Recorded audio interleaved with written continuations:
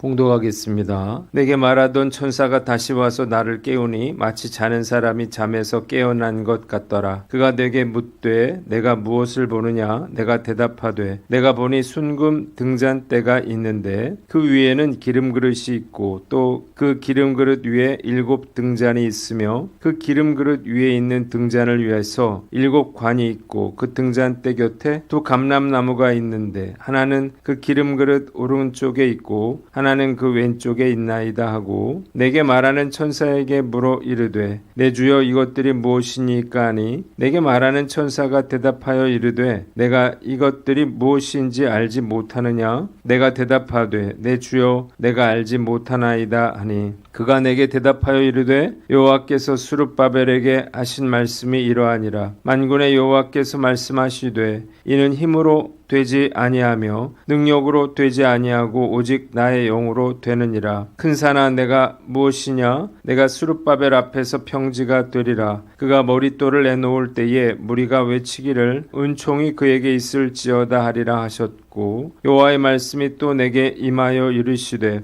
스룹바벨의 손이 이 성전의 기초를 놓았은즉 그의 손이 또한 그것을 마치리라 하셨나니 만군의 여호와께서 나를 너희에게 보내신 줄을 내가 알리라 하셨느니라. 작은 일의 날이라고 멸시하는 자가 누구냐? 사람들이 스룹바벨의 손에 다림줄이 있음을 보고 기뻐하리라. 이 7은 온 세상에 두루 다니는 여호와의 눈이라 하니라. 내가 그에게 물어 이르되 등잔대 좌우의 2 감람나무는 무슨 뜻이니까 하고 다시 그에게 물어 이르되 금기름을 흘리는 2 금관 옆에 있는 이 감람나무 2 가지는 무슨 뜻이니까 하니 그가 내게 대답하여 이르되 내가 이것이 무엇인지 알지 못하느냐? 내가 대답하되 내 주여 알지 못하나이다 하니 이르되 이는 기름 부음 받은 자 둘이니 온 세상의 주 앞에 서 있는 자니라 하더라. 아멘. 오늘은 스가랴서 4장 말씀을 가지고 오직 하나님의 영으로 라고 하는 제목으로 묵상 나눔하도록 하겠습니다.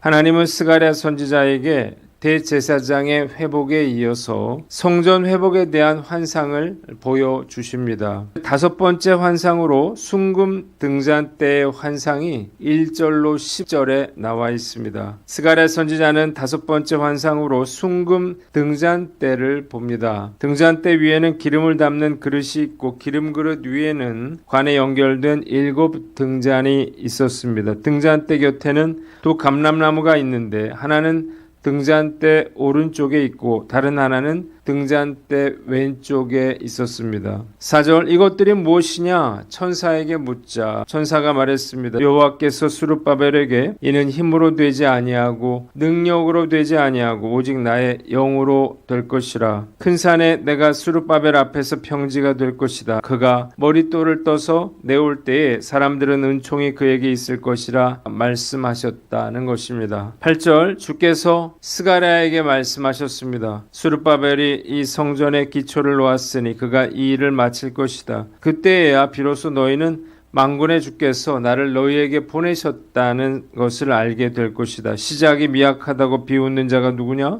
사람들은 스룹바벨의 손에 다림줄이 있음을 보고 기뻐할 것이다. 이 7 눈은 온 세상을 살피는 나 여호와의 눈이라고 기록되어 있습니다. 본문이 우리에게 주는 교훈이 있는데 첫째로 성령의 능력을 힘입으라는 것입니다. 하나님은 스룹바벨에게 성전 재건은 힘으로 되지 아니하고 능력으로 되지 아니하고 오직 나의 영으로 된다고 말씀하고 계십니다. 이유가 무엇인가요? 스룹바벨의 힘으로 16년 동안 중단되었던 성전 건축을 재개하는 것이 불가능한 일이었기 때문이에요. 이 일은 한 개인의 힘이나 능력이 아니라 오직 성령의 능력으로만 가능한 일이었습니다. 사명을 감당하기 위해서 필요한 것은요, 바로 성령 충만이에요. 성령의 능력을 힘입는 거죠. 우리가 성령으로 충만하면 우리 안에 성령의 능력이 흘러넘쳐서 육신의 소욕과의 싸움에서 승리하고 악한 세력과 싸워 이김으로 맡겨주신 사명을 감당할 수가 있기 때문입니다. 그래서 우리는 성령께서 매 순간 우리의 모든 생각과 행위를 주장하시도록 해야 하는 것입니다. 성령 충만을 위해서 우리가 해야 될 것은 무엇인가요? 뜨거운 기도죠. 성령은 불이고 기도는 나무라 할 수 있습니다. 불이 활활 타오르기 위해서는 기도라고 하는 나무를 집어 넣어야 하는 거예요. 오순절 다락방의 성령의 역사는 제자들이 오로지 기도에 힘쓸 때 나타났다는 사실을 깨달으시기를 바랍니다. 예전에 우리 믿음의 선배들은요, 정말 나무 뿌리를 뽑을 만큼 열정적으로 기도를 했었는데요. 이런 간절한 기도, 열정적인 기도가 필요한 것입니다. 그래서 성령의 역사가 그토록 자주 일어났던 거예요. 여름 사역이 계속되면서 저도 좀 지치기도 하고 또 성도들 역시 기도에 대한 열정이 식어가고 있다는 생각이 듭니다. 우리 하인교회 부흥을 위해서 제가 먼저 기도의 불쏘시개가 되어야 한다는 생각이 들어요. 다시 마음을 추스르고 뜨겁게 기도함으로 성령의 능력을 힘입어 맡겨주신 사명을 감당해 나갈 것을 다짐해 봅니다. 두 번째, 믿음과 확신을 가지고 하나님께서 이루어 주실 것을 믿자는 것입니다. 9절에 보니까 하나님은 스룹바벨의 손이 이 성전의 기초를 놓았은즉 그의 손이 또한 그것을 마치리라 말씀하시고, 만군의 여호와께서 나를 너희에게 보내신 줄을 내가 알리라 말씀하셨습니다. 또한 10절에 작은 일의 날이라고 멸시하는 자가 누구냐, 사람들이 스룹바벨의 손에 다림줄이 있음을 보고 기뻐하리라 말씀하셨습니다. 하나님께서는 스룹바벨이 시작한 성전 재건을 반드시 이루실 것이었습니다. 그래서 스가랴가 전한 하나님의 말씀이 옳았다는 것을 입증하실 것이고, 성전 기초를 놓는 일을 대수롭지 않게 여기고 비웃던 일들도 이를 보고 기뻐하게 될 것이었습니다. 하나님의 일은 사람들이 보기에는 보잘것없고 작아 보일지라도 그 일을 이루시는 분이 하나님이시기에 반드시 이루어지고 또 하나님께 영광을 올려드린다는 사실을 깨달으시기를 바랍니다. 때문에 그 시작이 미약하고 초라하다 하더라도 결코 우리는 낙심하지 말아야 합니다. 하나님께서 놀랍게 이루어 주실 것이다 라고 하는 믿음과 확신을 가지고 맡겨주신 사명에 최선을 다해야 하는 것입니다. 1885년 4월 5일 부활주일에 언더우드 선교사가 제물포에 도착했는데요. 그가 이런 기도를 올려드렸습니다. 오 주여, 지금은 아무것도 보이지 않습니다. 주님, 메마르고 가난한 땅, 나무 한 그루 시원하게 자라 오르지 못하고 있는 땅에 저희들을 옮겨와 앉히셨습니다. 그 넓고 넓은 태평양을 어떻게 건너왔는지 그 사실이 기적입니다. 주께서 붙잡아 뚝 떨어뜨려 놓으신 듯한 이곳, 지금은 아무것도 보이지 않습니다. 보이는 것은 고집스럽게 얼룩진 어둠뿐입니다. 그들은 묶여있는지도 고통이라는 것도 모르고 있습니다. 고통이 고통인 줄 모르는 자에게 고통을 벗겨주겠다고 하면 의심부터 하고 화부터 냅니다. 조선 남자들의 속셈이 보이질 않습니다. 이 나라 조정의 내심도 보이질 않습니다. 가마를 타고 다니는 여자들을 영영 볼 기회가 없으면 어찌하나 합니다. 조선의 마음이 보이질 않습니다. 그리고 저희가 해야 할 일이 보이지 않습니다. 그러나 주님, 순종하겠습니다. 겸손하게 순종할 때 주께서 일을 시작하시고 그 하시는 일을 우리들의 영적인 눈이 볼 수 있는 날이 있을 줄 믿나이다. 믿음은 바라는 것들의 실상이요 보지 못하는 것들의 증거니 라고 하신 말씀을 따라 조선의 믿음의 앞날을 볼 수 있게 될 것을 믿습니다. 지금은 우리가 황무지 위에 맨손으로 서 있는 것 같사오나 지금은 우리가 서양 귀신 양귀자라 손가락질 받고 있사오나 저희들이 우리 영혼과 하나인 것을 깨닫고 하늘나라의 한 백성 한 자녀임을 알고 눈물로 기뻐할 날이 있음을 믿나이다. 지금은 예배드릴 예배당도 없고 학교도 없고 그저 경계와 의심과 멸시와 천대함이 가득한 곳이지만 이곳이 머지않아 은총의 땅이 되리라는 것을 믿습니다. 주여, 오직 제 믿음을 붙잡아 주소서. 이 기도는요, 언더우드가 어떤 마음으로 조선 땅에 복음의 씨앗을 뿌렸는지를 잘 보여주고 있습니다. 눈에 보이는 것은 아무것도 없었지만 언더우드 선교사는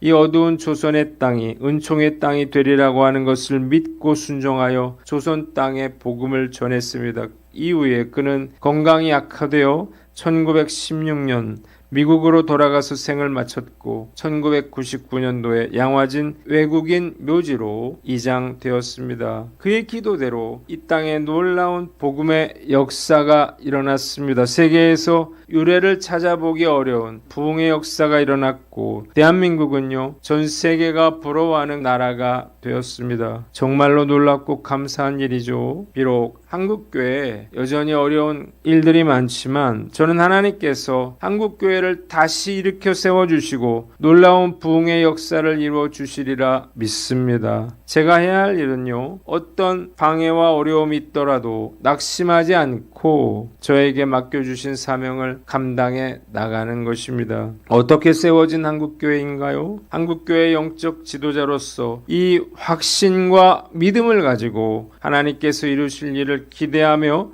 맡겨주실 일에 최선을 다할 것을 다짐해 봅니다. 두 번째 11절로 14절인데 두 감람나무의 의미에 대해서 나와 있습니다. 11절 스가랴가 천사에게 등잔 때 좌우에 두 감람나무는 무엇을 뜻하느냐 묻고 또 그 금기름을 흘리는 두 금관 옆에 있는 감람나무 두 가지는 무슨 뜻이냐 묻자 천사는 이는 기름 부음 받은 자 둘이니 온 세상에 주 앞에 서 있는 자라고 말했습니다. 본문이 우리에게 주는 교훈이 있는데요. 지도자를 세우고 기도하라는 것입니다. 환상 중에 나타난 두 감람나무와 두 가지는 하나님의 기름 부음을 받아 사명을 감당하는 대제사장 여호수아와 정치 지도자인 다윗의 후손 스룹바벨을 의미하는 것입니다. 하나님은 성전 재건 작업을 완수하기 위해서 특별히 이 두 사람을 구별해 세워주셨습니다. 19년 전 교회를 개척하기 전에 제 아내가 하나님께 받은 말씀이라면서 스가랴서 4장 14절 말씀을 들려주었습니다. 하나님께서 우리 교회를 세우기 위해서 저와 장전도사님을 세워주신 것 같다는 거예요. 그래서일까요? 저는 개척할 때부터 장영숙 전도사님과 함께 사역을 시작할 수가 있었습니다. 저는 전도와 제자훈련을 통해서 교회를 세웠고 장전도사님은 제 아내와 또 김쌤과 함께 교회학교와 비전스쿨 하늘선 도서관 사역을 맡아서 사역을 해 오셨습니다. 그렇게 19년을 함께 동역해 왔는데요. 너무나 감사한 일이 아닐 수 없습니다. 지금까지 목회를 해오면서 영적인 지도자가 얼마나 중요한지를 깊이 깨닫게 됩니다. 영적 지도자들이 성도들을 세우고 하나님의 일을 이끌어 나갈 책임이 있는 자들이기 때문이에요. 따라서 영적 지도자들은 하나님을 경외하고 성도들을 올바른 길로 인도하고 맡겨주신 사명을 감당해 나가야 하는 것입니다. 또한 성도들은 영적 지도자들을 존경하고 그들이 영적 싸움에서 무너지지 않도록 최선을 다해 중보해야 하는 것입니다.